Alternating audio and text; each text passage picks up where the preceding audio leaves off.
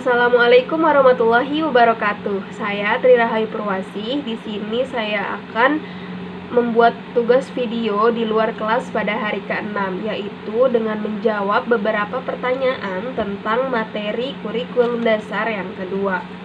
Di sini terdapat beberapa pertanyaan. Yang pertama itu tentang individual system. Jadi soal yang pertama, apa pengertian dari individual system? Individual system ialah suatu proses belajar yang berpusat pada anak sebagai subjek belajarnya. Lalu soal yang kedua, mengapa pendekatan yang dilakukan harus individual system?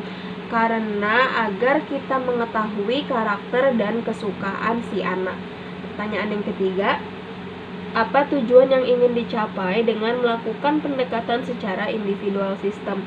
Tujuan yang ingin dicapai agar proses belajarnya dapat dilakukan secara bertahap. Pertanyaan yang keempat, di Bimba, murid dan guru memiliki peran masing-masing. Sebutkan apa peran guru dan peran murid.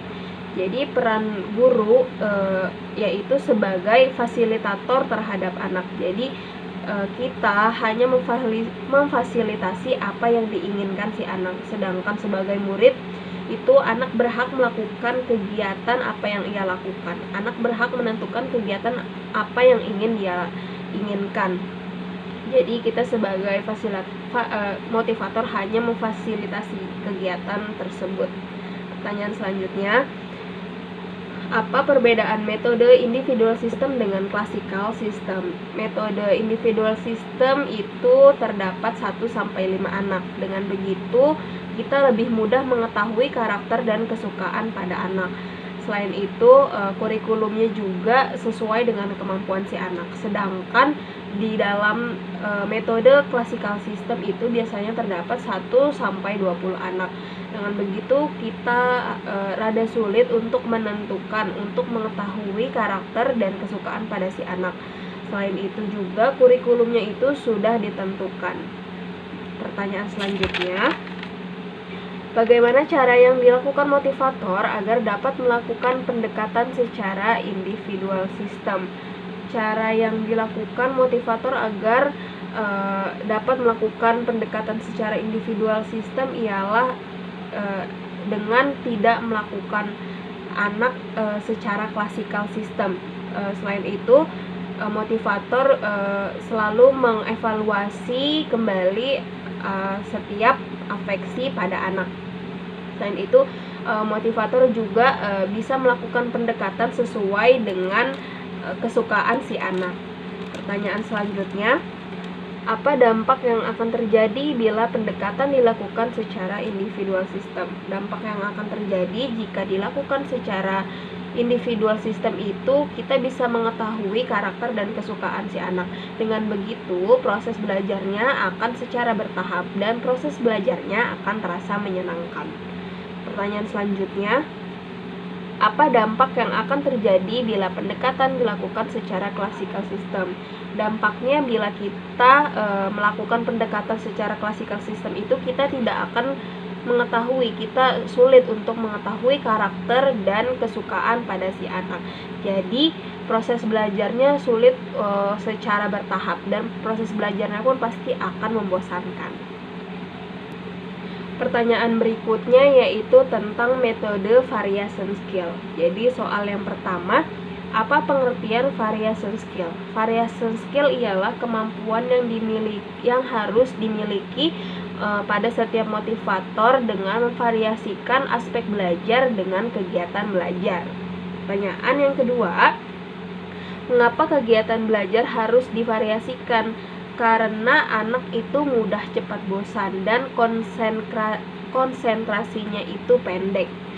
Pertanyaan yang ketiga, sebutkan aspek belajar. Aspek belajar itu ada aspek kognitif, ada aspek afektif, dan aspek psikomotorik. Pertanyaan berikutnya, kegiatan apa yang termasuk aspek kognitif? Yang termasuk kegiatan aspek kognitif itu seperti membaca, lalu ada juga matematika. Pertanyaan selanjutnya, Kegiatan apa yang termasuk aspek afektif? Kegiatan yang termasuk aspek afektif itu seperti berdialog, bercerita, bernyanyi, lalu juga bermain. Pertanyaan selanjutnya, kegiatan apa yang termasuk aspek psikomotorik? Yang termasuk psikomotorik itu terdapat dua, ada psikomotorik halus dan psikomotorik kasar. Sedangkan di Bimba itu yang dipakai ialah psikomotorik halusnya, seperti menulis, lalu mewarnai. Nah, untuk psikomotorik kasarnya itu ada berlari dan melompat. Pertanyaan berikutnya, bagaimana cara motivator memvariasikan kegiatan belajar dengan aspek belajar? Cara memvariasikan kegiatan belajarnya itu, jadi pada awalnya si anak melakukan kegiatan bermain baca-bacaan contohnya. Nah, setelah melakukan kegiatan bermain baca-bacaan, motivator bisa memvariasikan dengan bernyanyi atau dengan mendongeng.